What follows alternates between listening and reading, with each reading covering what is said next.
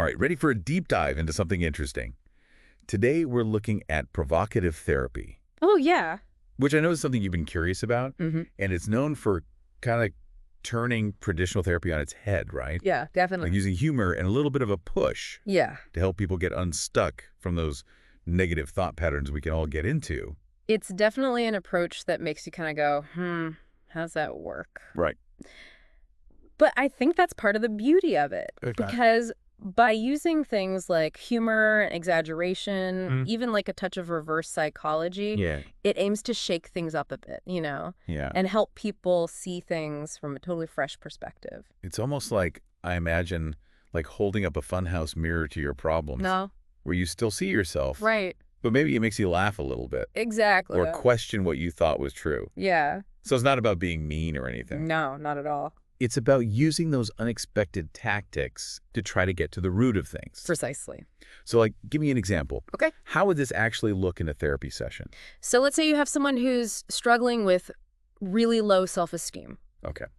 Now, a provocative therapist, instead of offering like a gentle encouragement, Yeah. might say something like, well, you're right, you are terrible at everything. Whoa. Okay. Right. That seems so counterintuitive. It does. Like, talk about tough love. It is, but that's where the provocative really comes into play. It's this deliberately exaggerated statement, Right. and it's meant to shock the client, disrupt that negative spiral that they're in, Okay. and hopefully make them say, hey, wait a minute, that's not entirely true. It's not that bad. Exactly. Yeah. It's about sparking a reaction, Yeah. a moment of self-reflection. It's like that saying, sometimes you need to laugh at yourself to keep from crying. Yes. But obviously, this has to be done within a foundation of trust Absolutely. and empathy. That is crucial. And it can't just be anybody being, shocking for the sake of being shocking. Right. It's not about being hurtful. Right.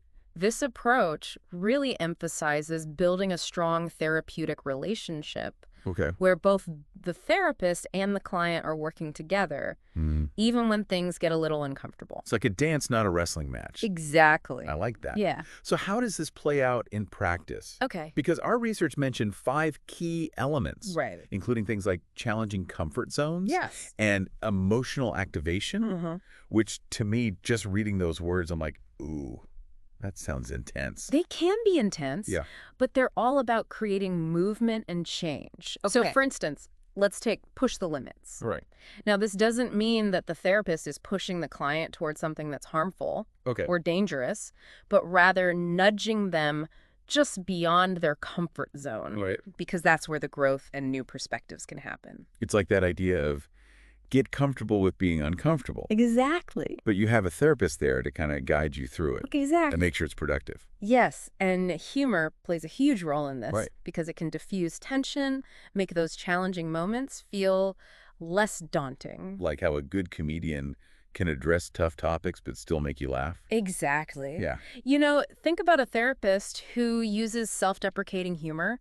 Mhm. That not only lightens the mood, Sure. but it shows the client, hey, I've been there too. You're not alone in this. Right. He creates that space where it's okay to be vulnerable because everyone's a little flawed. Yes. Even the therapist. Absolutely. And that vulnerability is key to addressing those deep-seated thought patterns. Speaking of which, another principle that stood out to me was challenge self-pity, Yes. which I think is something that we all struggle with at times. Absolutely.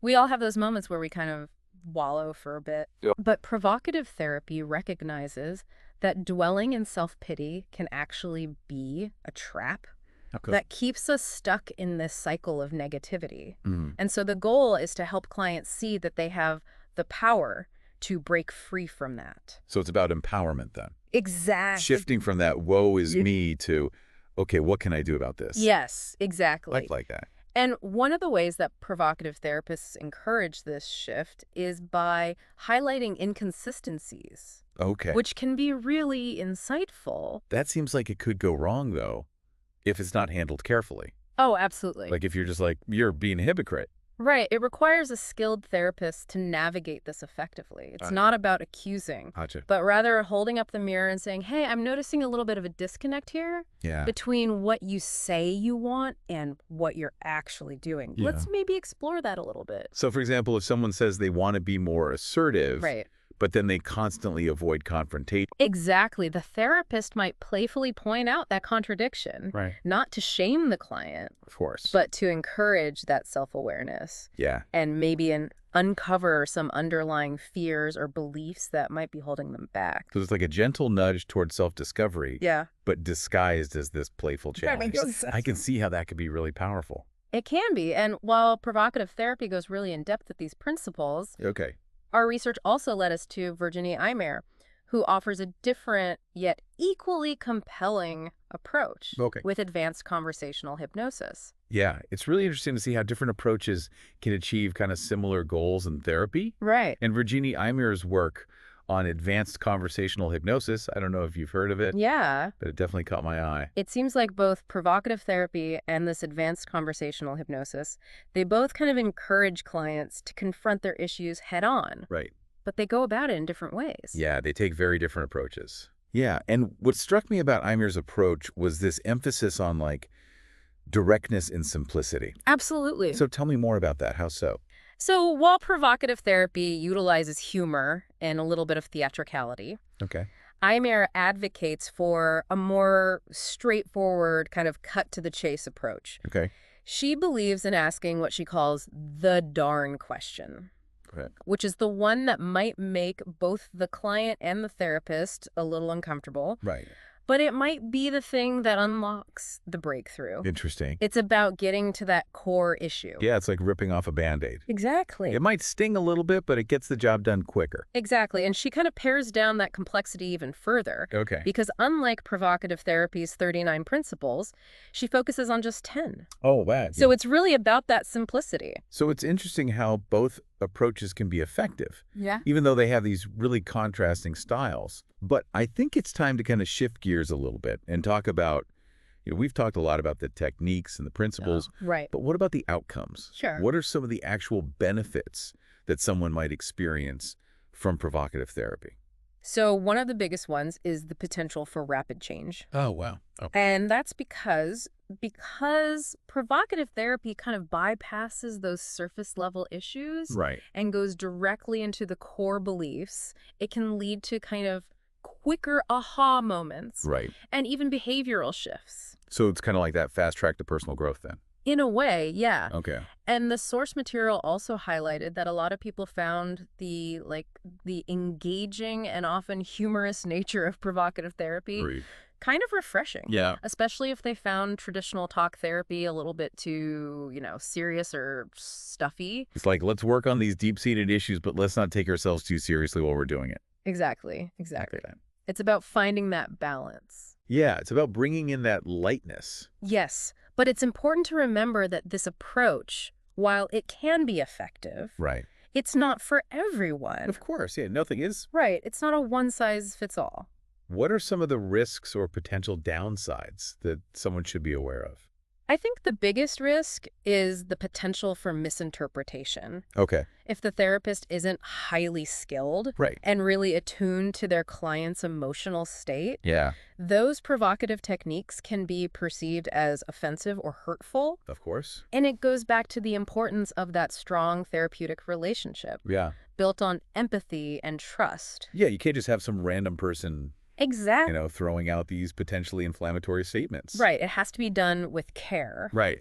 And it's why, it's important to remember that this therapy might not be suitable for everyone. Okay. Especially those who are maybe highly sensitive. Right. Or easily offended or have experienced trauma where it makes it difficult to feel safe when confronted with challenging emotions.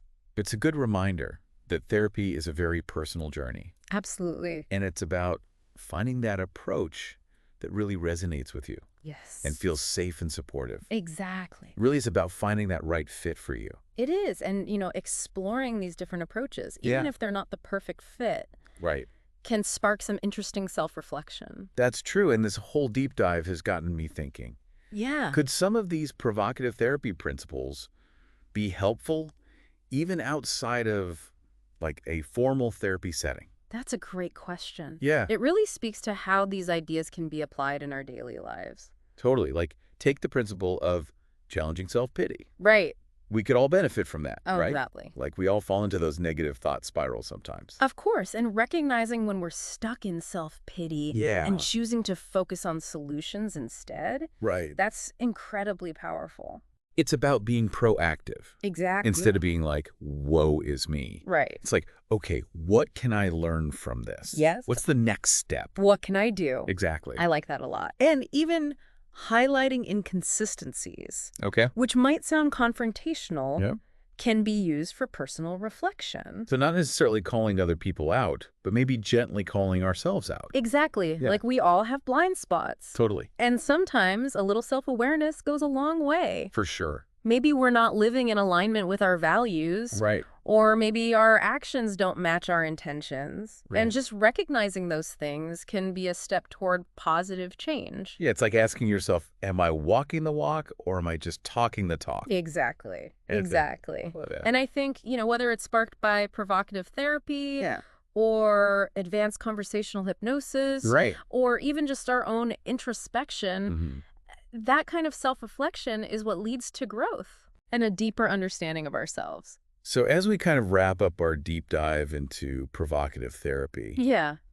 what's the one key takeaway you hope our listeners are walking away with today? That's a good question. It's a big one. It is. I think the biggest takeaway is that there are so many paths to personal growth. That's true. And therapeutic change. Yeah. And, provocative therapy offers a unique path. Yeah. But it's really about finding what resonates with you.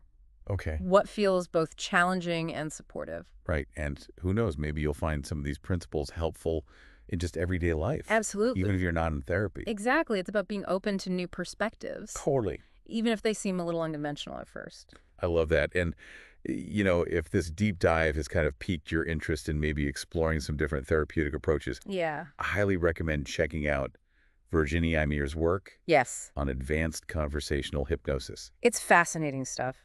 It is. And it's such an interesting contrast to provocative therapy. Yeah, definitely. So yeah, another tool for your toolkit. Exactly. And remember, the journey of self-discovery, it's ongoing. It is. There's always something new to learn. Always. A new layer to uncover. Absolutely. So on that note, it's time for us to wrap up this deep dive. Okay. Until next time, keep exploring, keep questioning, Yes. and keep embracing those aha moments. I love it.